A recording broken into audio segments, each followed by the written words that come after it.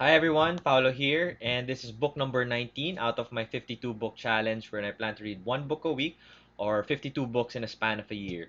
And today's book of choice is Change by Design by Tim Brown.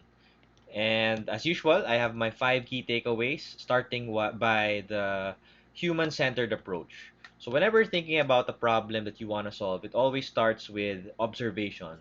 Observing what situation, um, you know, what situation do you want to solve, and empathizing.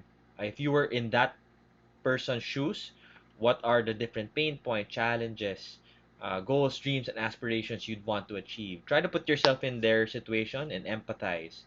And if ever you're successfully able to do that, observing, empathizing, you'll be able to gain insight in terms of what are the possible solutions that you can come up with to solve that particular problem, right? Because you empathize with that person, and as if you were in their shoes, you're better able to come up with better ideas, you're better able to come up with potential solutions.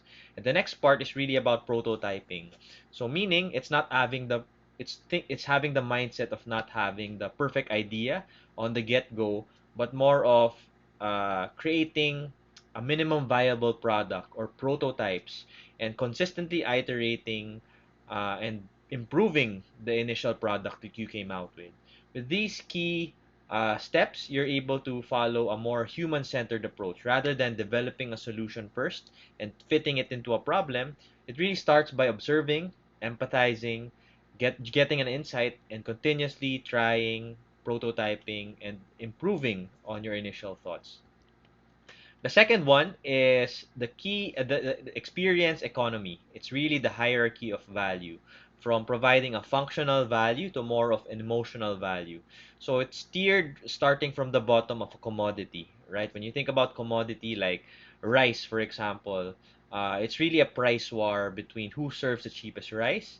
The second one is product. This is where you start to brand your product. People start to associate your product with more quality. The third one is really providing an added value service. Perhaps it may be a free delivery. It differentiates you from the rest, right? But the last one is really about recreating an experience, a great experience, not just when they buy the product, but a great experience from them considering your product to purchasing your product and then moving on to actually loving your product. So most companies only focus on building a brand, right? But you must realize that we're now living in an experience economy wherein we must move from simply being able to provide functional benefits of solving the problem, but thinking about how can we create a great experience from them. And I think Disney is one company that does a great job here, right? From really creating a magical experience from the moment you purchase your ticket all the way from experiencing the fireworks show at the end of the day, right? The third one is criteria of a successful project. So whenever thinking about a new business opportunity on a project, for example, it's not about simply coming up with the most innovative idea or technological breakthrough. Based on the book, it's really about focusing on three core aspects, looking at it from a holistic point of view, right? So the first one is feasibility. Is it functionally possible? Meaning, based on the current technology available, is it actually technologically possible? The second one is viability, sustainable business model. In case you create this product, is it profitable? Are you able to sustain it 5, 10, 20 years down the line, right? Is it financially sustainable? And lastly is desirability. Again, it starts with the human-centric approach wherein you need to think about, do people actually want to buy it in case you launch it in the market, right? So one example to encapsulate all of these ideas is Nintendo Wii. So is it feasible? Actually, the technology behind Nintendo Wii was available for years already. Technically, it checks in the feasibility box, right? The second one is sustainable business model. Is it profitable, right?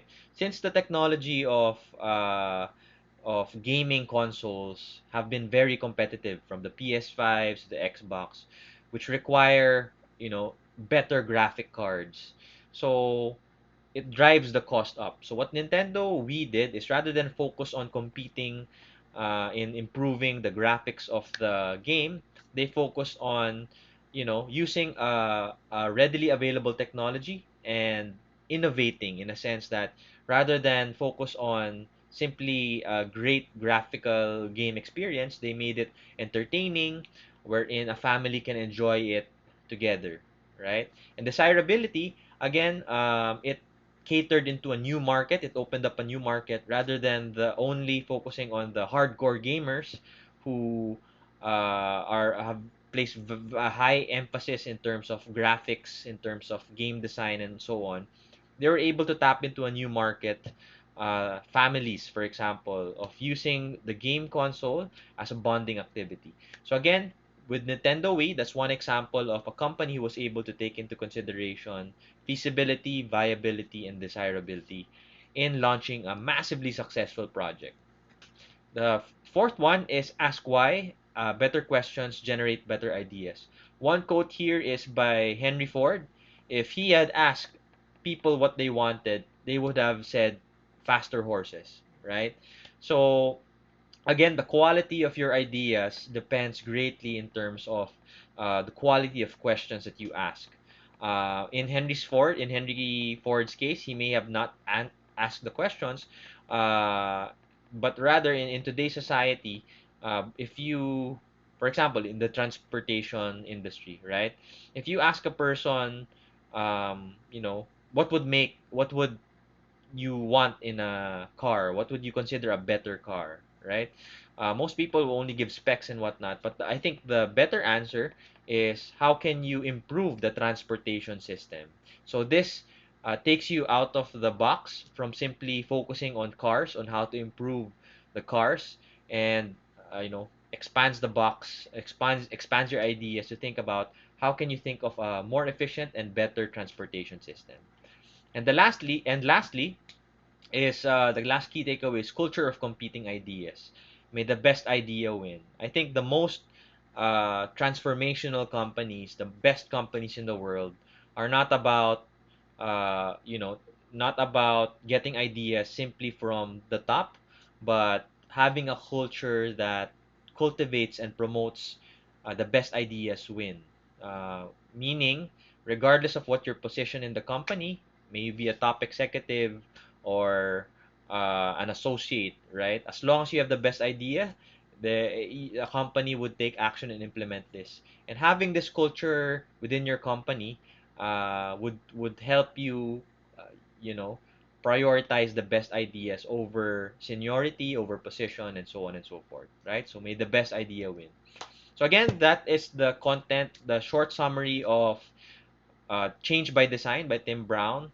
And I hope you liked the content. If you did, please like and subscribe my YouTube channel. Go on and visit YouTube, search Paolo Balina's channel. And there are a lot of other book summaries there, from marketing, sales, self-development, and so on.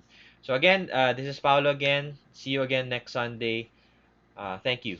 Have a great day.